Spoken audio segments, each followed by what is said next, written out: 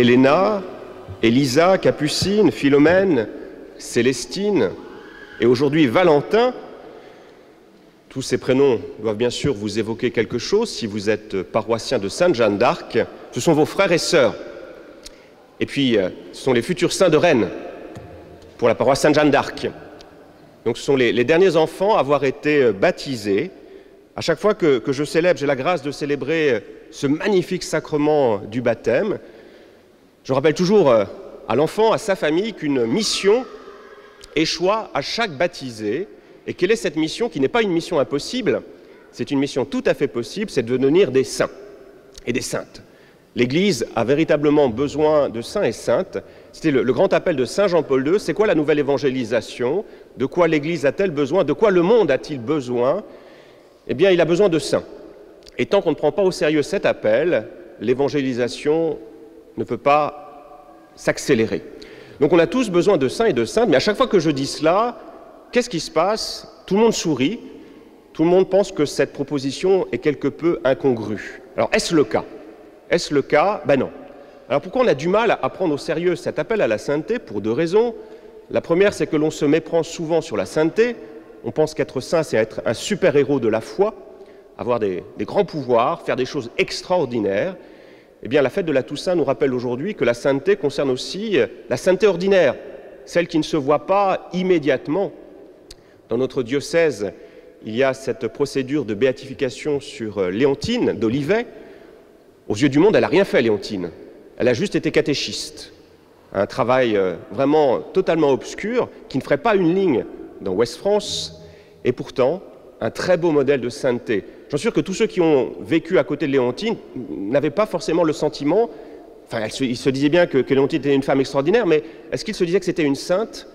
Eh bien, eux aussi, certainement, ils se trompaient sur la sainteté. Donc la première chose, ne pas se méprendre sur la sainteté. La sainteté, c'est pas faire des choses toujours extraordinaires, visibles, c'est pas la star. La sainteté, c'est celui qui est transparent à l'action du Christ. Donc déjà, ne pas se méprendre sur ce qu'est la sainteté. Et deuxièmement, prendre conscience que de fait, oui, il y a quelque chose qui est cassé dans notre monde, il y a quelque chose qui est cassé en chacun de nous. C'est toujours les trois questions que je pose à chaque fois que je célèbre un baptême, et souvent quand je célèbre aussi l'Eucharistie, dans mes homélies, quand je vois que les jeunes n'écoutent plus. Voilà, deux exemples. Est-ce que tu fais des bêtises? Vas-y. Non. Ta voisine, rappelle-moi ton prénom. Comment? Clarisse. Est-ce que tu fais des bêtises, Clarisse? Oui ou non? Comment? Parfois. Clarisse, est-ce que tu as envie de faire des bêtises? Non, c'est ça. Alors pourquoi tu en fais? Je ne sais pas si vous avez entendu la perplexité de Clarisse. Elle ne sait pas.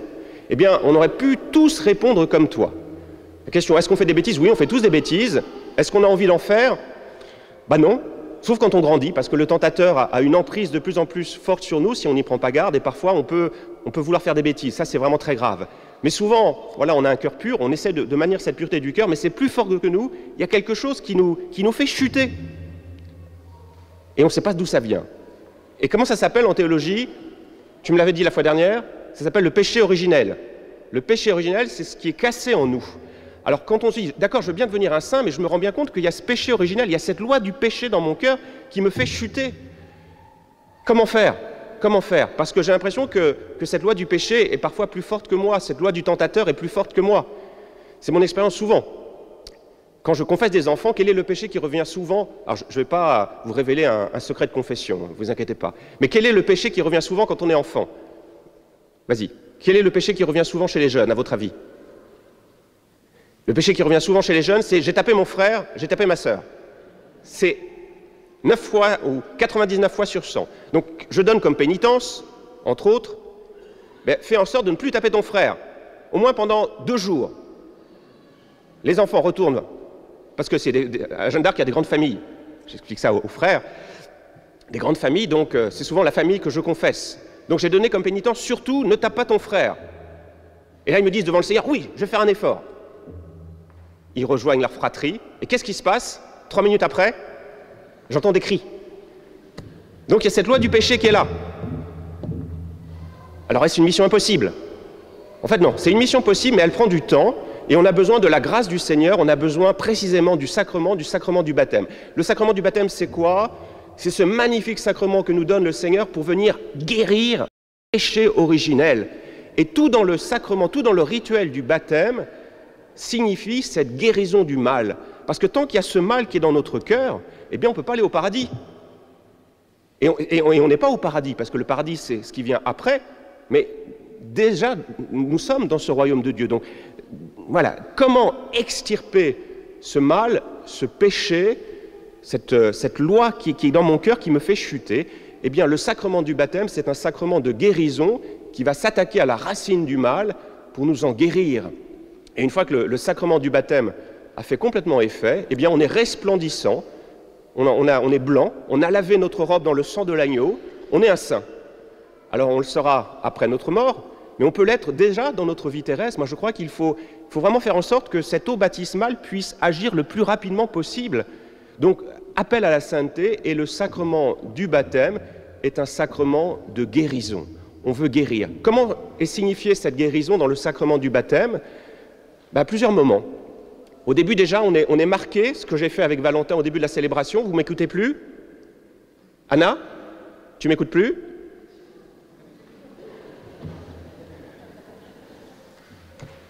La sainteté est contagieuse, mais le mal est aussi contagieux. Quand j'étais professeur, quand j'enseignais, dès que dans la classe je sentais que ça n'écoutait plus, si je n'intervenais pas immédiatement, qu'est-ce qui se passait? Eh bien, il y avait un foyer d'inattention qui se propageait partout. Donc le mal est contagieux. Mais le bien est aussi contagieux, le bien est plus fort que le mal. Donc, qu'est-ce qui signifie, qu'est-ce que j'ai fait au début de la célébration, Anna? J'ai marqué le front de Valentin. Et c'est au même endroit que je ferai tout à l'heure l'onction du Saint-Crème. Donc ça veut dire que par le sacrement du baptême, eh bien en quelque sorte le Christ vient imprimer son sceau dans notre cœur. Il vient se donner à nous pour vraiment manifester cette image de Dieu qui est en nous. Vous voyez, le sacrement, c'est un sacrement à caractère qui nous transforme intérieurement, de telle sorte que les photos que vous avez prises de Valentin maintenant et celles après la messe, après le baptême, ce ne sera plus le même. Parce que dans son cœur, il y a cette empreinte de Dieu, ce sceau qui va être mis et qui va le transformer à jamais. Donc c'est cette marque de la croix sur le front. Ça rappelle aussi, les soldats romains avaient aussi un tatouage, ils étaient marqués sur leur corps pour dire qu'ils appartenaient à un corps et qu'ils allaient partir au combat. Donc ce marquage, ça nous prépare au combat. Et ça nous dit que devenir un saint, c'est un combat. Parce que c'est pas donné à... Si on pense que c'est le Seigneur qui va tout faire, eh bien ça ne va pas marcher. Le Seigneur va se donner à nous, mais il nous rappelle dans le sacrement du baptême qu'on a un véritable combat à mener contre le mal. Donc qu'est-ce qui signifie aussi ce combat contre le mal? Eh bien c'est ce que je vais faire dans quelques instants, c'est la prière d'exorcisme. C'est le mot qui fait un peu peur parfois, c'est pour ça qu'il y a un enfant qui crie. Quand il entend prière d'exorcisme, ça lui fait peur. Eh bien, c'est demander au Seigneur, là aussi, de s'attaquer à la racine de ce mal, parce que ça, on n'y arrive pas. Donc, prière d'exorcisme est là pour nous libérer de ce mal. Après, qu'est-ce qu'il y a d'autre qui signifie ce combat contre le mal, contre le péché? Eh bien, c'est le sacrement du baptême en lui-même, c'est l'eau. L'eau, ça sert à quoi?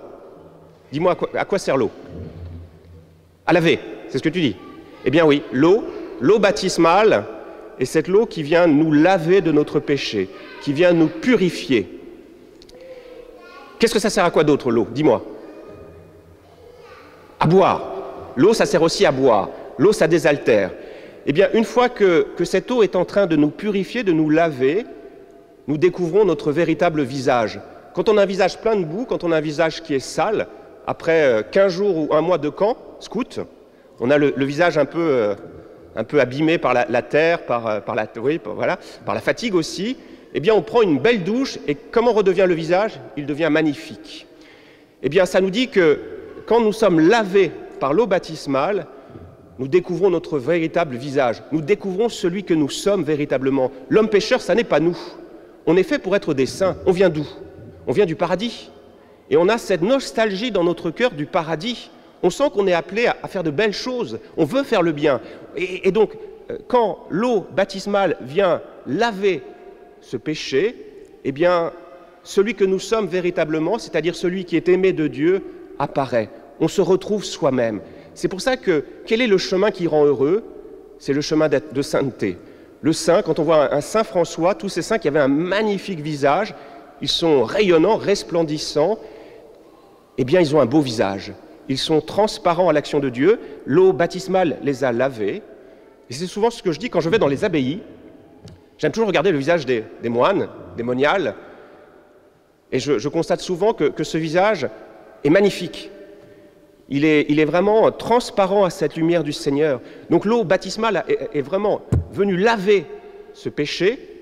Et il y a cette grâce qui apparaît, cette grâce qui est visible. Donc l'eau qui désaltère pour nous redire que nous sommes faits pour être des saints. Il n'y a que la sainteté qui pourra nous rendre pleinement heureux. Parce que c'est ce que nous sommes fondamentalement. Le péché, c'est ce qui nous fait vivre à l'extérieur de nous-mêmes. Ça n'est pas nous. On n'est pas l'homme pécheur. On est fait pour le paradis. Et donc l'eau, ça désaltère. Et l'eau, c'est aussi... Quelle est la troisième symbolique de l'eau? Vas-y, tu as deux bonnes réponses. Est-ce que tu vas aller jusqu'à la troisième bonne réponse? L'eau, ça peut être dangereux aussi. Pourquoi ça peut être dangereux, l'eau? Qu'est-ce qu'on peut faire dans l'eau? On peut se noyer. Eh oui. Et c'est aussi une symbolique importante dans le baptême. Qu'est-ce que ça nous dit? C'est que précisément cet homme pécheur, il doit mourir. Il y a quelque chose qui doit mourir dans notre vie. C'est l'homme égoïste, l'homme jaloux, le frère, la sœur qui se tape dessus. Est-ce qu'on serait encore au paradis si on continue à se taper dessus?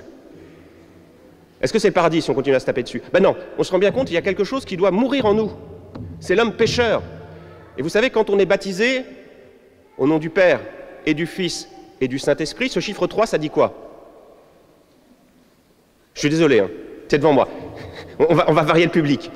Ça veut dire quoi le 3, le chiffre 3? C'est la Trinité, mais c'est aussi les 3 jours au tombeau. Jésus qui est mort et ressuscité. Donc, qu'est-ce que ça dit le sacrement du baptême? Il y a quelque chose qui meurt en nous, qui doit mourir en nous. C'est le vieil Adam, l'homme pécheur, l'homme égoïste, pour permettre au nouvel Adam de renaître, de renaître. Le baptême, c'est aussi une renaissance. Le vieil homme meurt et celui qui renaît, c'est le nouvel Adam, c'est la vie du Christ qui coule désormais en nous. Et c'est pour ça que par notre baptême, nous sommes déjà finalement dans la vie éternelle, parce qu'il y a ce principe de vie éternelle qui est venu resplendir en nous, qui est venu rayonner au travers de notre visage. C'est ça. Et d'ailleurs, les enfants l'ont tout compris. Qu'est-ce qui va se passer quand je vais plonger Valentin tout à l'heure dans l'eau? Dites-moi. Qu'est-ce qu'il va faire, Valentin? Crier. Il va pleurer. En fait, c'est pas vrai parce que les Bretons, ils pleurent jamais quand je les plonge dans l'eau. Il y a un caractère. Quand on est en Bretagne, je l'ai souvent dit, on est ajusté à l'eau. Donc, quand j'étais à Tours, ça marchait à chaque fois, les enfants criaient. Là, ils ne crient pas. Mais c'est pas grave. S'ils crient souvent, on va dire que, hormis les Bretons, les enfants crient au moment du baptême. Et qu'est-ce que fait un enfant quand il naît? La première chose que fait un enfant, il crie, il pleure. Et donc l'enfant manifeste qu'il a bien conscience qu'il est en train de renaître. Donc le baptême, c'est une renaissance à la vie sainte, à la sainteté. Il y a ce péché qui est là, mais le sacrement du baptême va venir extirper à la racine le péché pour faire resplendir, pour nous laver, pour manifester ce beau visage de saint que nous avons. C'est pour ça que les enfants sont plus saints que nous, parce qu'il y a encore le péché, les structures de péché ne les ont pas encore véritablement atteints, donc ils sont beaux. Mais nous aussi, quand nous luttons, eh bien, nous retrouvons ce beau visage enfantin. Si vous voulez ne pas vieillir, plutôt que de dépenser de l'argent dans des produits cosmétiques qui masquent, qui cachent, eh bien, devenez des saints. Et je vous assure, moi j'ai vu quand je donne des sacrements des malades, certains visages qui sont rayonnants. Même si c'est un visage de souffrance, par-delà la souffrance, quand le Christ est là, il y a quelque chose vraiment de très beau, d'émouvant. Il y a quelque chose de la vie éternelle qui se manifeste sur ce visage, et c'est ça qui ne vieillit pas. Plutôt que de chercher la cosmétique, le cœur, cette sainteté du cœur. Dernière chose qui nous le dit, et je conclurai là-dessus, je pourrais rester des heures, mais vous n'en avez pas. En même temps, quand je dis toujours, mes homélies vous donnent un avant-goût de l'éternité, par leur longueur, c'est tout. Eh bien, la dernière chose qui signifie la guérison, c'est le Saint-Crème. Enfin, tout signifie la guérison du péché, tout nous prépare pour être des saints. Le Saint-Crème, ça sert à quoi le Saint-Crème? Au temps de Jésus, on utilisait beaucoup l'huile pour guérir. Donc le bon Samaritain a trouvé cet homme qui a été abîmé, qui a été battu, et avec quoi lave-t-il les plaies de cet homme? De l'huile et du vin. Et donc le Saint-Crème, ça dit aussi cette guérison, ça dit aussi le combat. Les gladiateurs étaient enduits d'huile, parce que quand on est enduit d'huile, eh bien on est insaisissable. Il y a une catéchèse de saint Cyril de Jérusalem qui dit que tout le corps autrefois était enduit d'huile, et puis l'huile, ça met du temps à rentrer dans notre peau. Ça dit que cette grâce baptismale, jour après jour, elle s'imprègne dans notre vie si nous la laissons agir. Donc voilà, ça c'est le Saint-Crème. Mais dernière question que je vous pose, quel est le principe actif du Saint-Crème? Qu'est-ce qui rend le Saint-Crème efficace? Ah, tu baisses la tête. Tout le monde baisse la tête généralement. Qu'est-ce qui rend le... Camille? Ah non, il sait... Eh bien, c'est le Saint-Esprit. C'est le Saint-Esprit. Quand Monseigneur d'Ornelas a béni ce Saint-Crème, il a soufflé pour manifester, pour dire cette action de l'Esprit Saint qui vient dans ce Saint-Crème. Et donc, qu'est-ce qui nous guérit? C'est le Saint-Esprit et les 7 dons du Saint-Esprit que l'on reçoit, qui viennent, et qu'on va recevoir aussi au moment de la confirmation, qui vient nous préparer pour le combat, pour devenir un saint. Vous voyez, le Seigneur a fait tout son travail. Il a lavé le péché, il s'est attaqué à la racine du mal, le péché originel. Il a fait 99% du travail. Maintenant, il faut qu'on fasse le dernier pourcent, notre petite contribution. Le Seigneur, il aurait pu nous sauver directement. Il n'y avait pas besoin de mourir sur la croix, il aurait pu faire une grande absolution commune, générale, en disant allez, tout le monde au paradis. C'est pas comme ça qu'il veut faire. Il veut passer par chacun de nous. Il veut que nous contribuions à notre salut. Alors il nous a donné l'équipement du combat, il nous a donné des frères, une communauté pour nous porter, il nous a donné des exemples qui ont mis en musique la parole de Dieu, ce sont les saints. Eh bien, il n'y a plus qu'à se mettre au travail et se mettre à l'école de Valentin. Amen.